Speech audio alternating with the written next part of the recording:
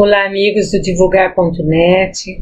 Estamos de volta com mais um programa a respeito da mediunidade, estudando o Livro dos Médiuns, para que possamos, assim, praticá-la seguramente e com muita seriedade, que os espíritos bons só se apresentam quando estamos numa reunião séria e com objetivos sérios.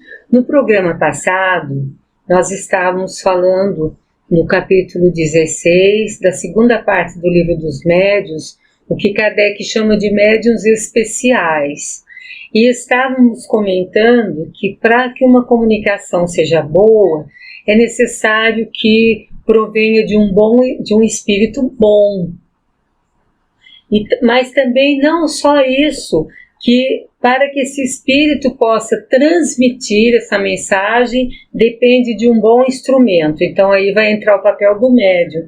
Mas também depende do objetivo que convenha ao espírito. Então, o espírito que lê o pensamento, porque o espírito sabe se aquela pessoa que está ali pretendendo aquela mensagem, ele lê o pensamento da pessoa, então ele lê o pensamento e ele vai julgar se aquela questão proposta merece uma resposta séria e se a pessoa que a formula é digna dessa resposta. Ou seja, ele não está ali por curiosidade, mas sim por querer um conhecimento, por querer saber alguma coisa a respeito disso, com seriedade. Caso contrário, ele não vai perder tempo, o espírito, lançando boas sementes nas pedras. Veja só, Kardec fala, eles não lançam boas sementes nas pedras, porque, como naquela parábola que Jesus fala, as sementes lançadas nas pedras, elas nascem mirradas e logo o sol as queima. Então, ela não produz nenhum fruto. E então, que os espíritos levianos zombeteiros se intrometem, porque pouco se importando com a verdade, não encaram o assunto como deviam e são geralmente bem pouco escrupulosos no tocante aos meios e aos objetivos. Então, o espírito bom, ele só transmite uma mensagem quando ele quer, né? Para que ele queira transmitir a mensagem, o objetivo tem que ser bom, que convenha a ele, senão ele não vai transmitir. Mas se o médium não for cuidadoso, em seu lugar pode entrar um espírito leviano, zombeteiro, aqueles que se intrometem em tudo e vão dando qualquer resposta, porque eles não são escrupulosos no tocante aos meios e os objetivos, para eles não interessa. Eles querem passar para frente aquilo que eles acham que é certo, ou então, às vezes, eles querem enganar, eles querem mistificar. Então, aí vai um grande cuidado do médium. Agora nós vamos falar dos gêneros principais de mediunidade. Então, no item 187 desta segunda parte, capítulo 16, Kardec fala que nós podemos dividir os médiuns em duas grandes categorias, que são os médiuns de efeitos físicos e os médiuns de efeitos intelectuais. Então, são duas grandes categorias porque abrangem muitas nuances. Os médiuns de efeitos físicos são os que têm o poder de provocar os efeitos materiais ou as manifestações ostensivas. E os médiuns de efeitos intelectuais são os que mais especialmente estão aptos a receber e transmitir comunicações inteligentes através da fala, através da escrita, através da pintura. Então, são essas duas grandes categorias em que Kardec divide. E depois, ele vai começar a especificar em cada uma dessas categorias se enquadra diversos tipos de mediunidades.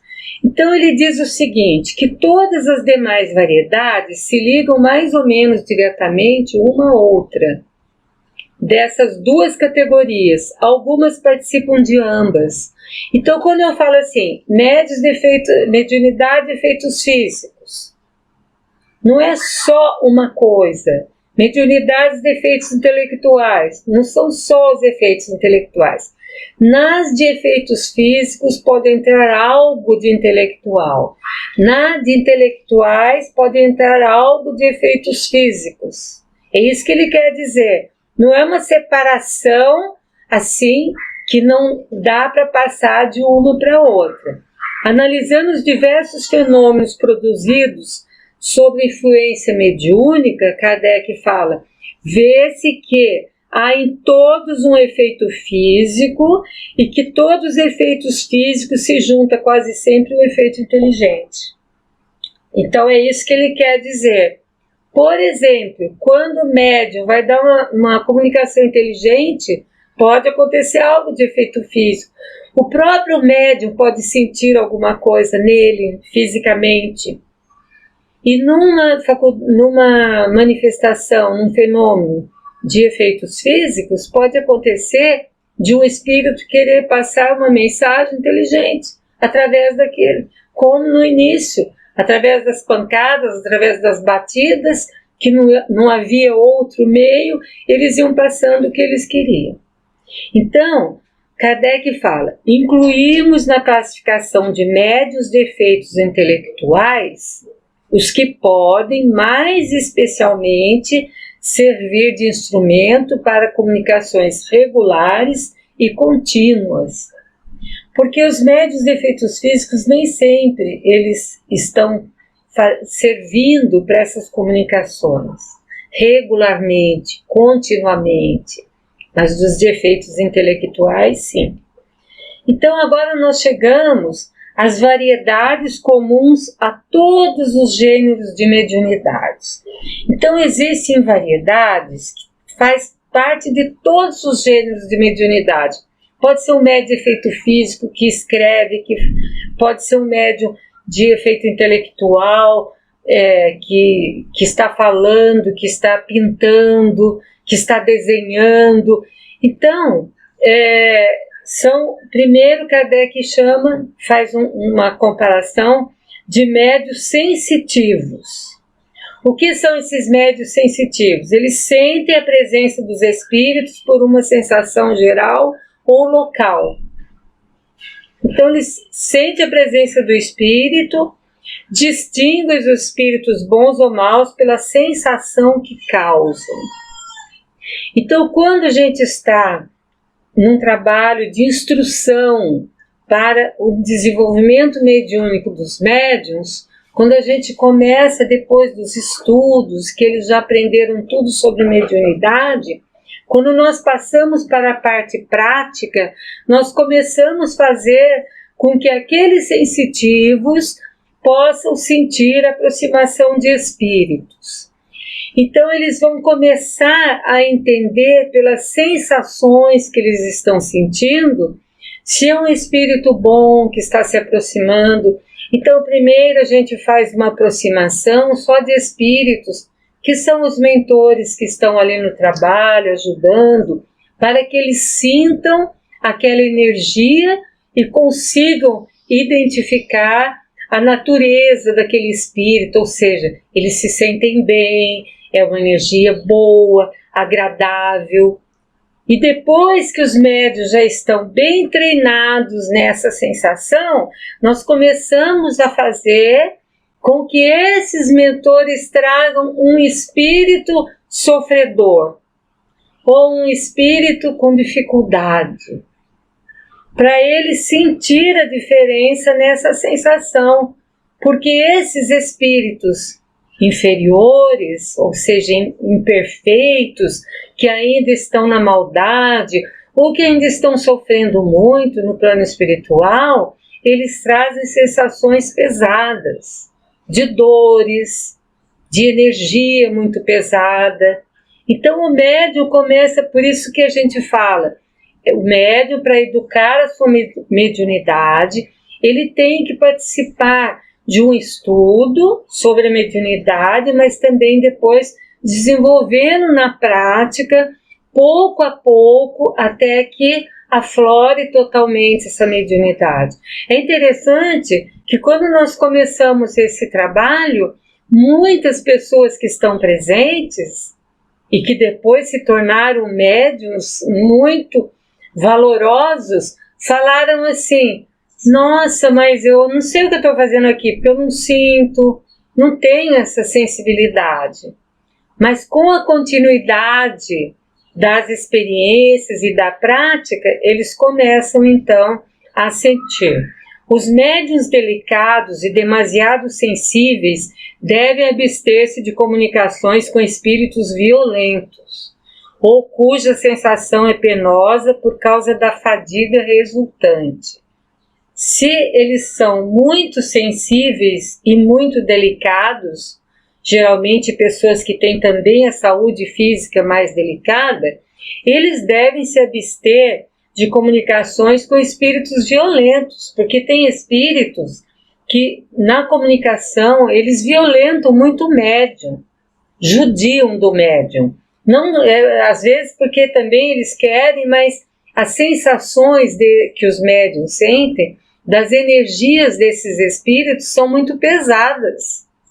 Então, se o médium é mais delicado, é mais sensível, tem uma saúde mais delicada, ele deve participar de um trabalho onde as comunicações não sejam tão violentas, como um trabalho de desobsessão, por exemplo, onde são espíritos mais perturbados, espíritos mais, assim, difíceis de serem tratados, de serem doutrinados.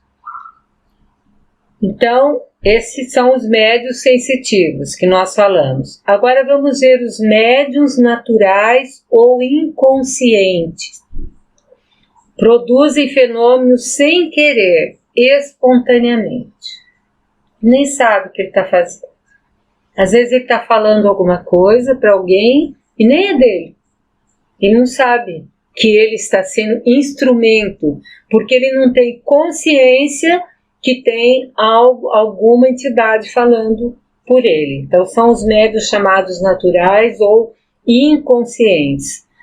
No começo da codificação espírita, Kardec necessitava de mensagens que trouxessem puramente aquilo que o espírito queria trazer. Então ele utilizou muito esses médiuns inconscientes, porque esse médium inconsciente ele não interfere na mensagem, porque ele não tem nem noção do que está sendo falado ou do que está sendo escrito.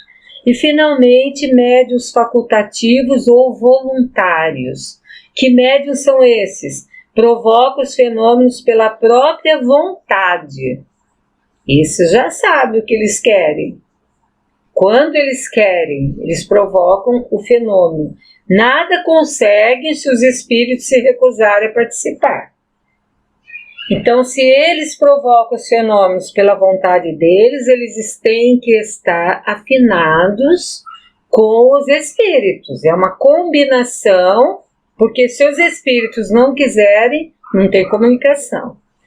Então, uma nota do professor Herculano Pires, nesse item dos médiuns facultativos, fala que quando Kardec se refere ao poder dos médiuns, a sua força ou potência, trata apenas da capacidade maior ou menor para servir de instrumento aos espíritos. Como se vê na observação acima que Kardec fez, que os espíritos têm que estar presentes, têm que querer. Nenhum médium tem poder para provocar fenômenos ou comunicações se os espíritos não concordarem. Não é possível. O poder dos médiuns, propriamente dito, decorre de sua elevação moral e consequente relação com os espíritos bons. Então, esse é o poder que o médium tem. Se ele tem uma elevação moral, então ele está sempre em relação com espíritos bons. Hoje nós encerramos os nossos estudos Ficamos para o próximo programa para falar das variedades especiais para os efeitos físicos. Que Deus nos abençoe e nos ajude sempre a continuar o nosso trabalho. Claudete Moura para o divulgar.net.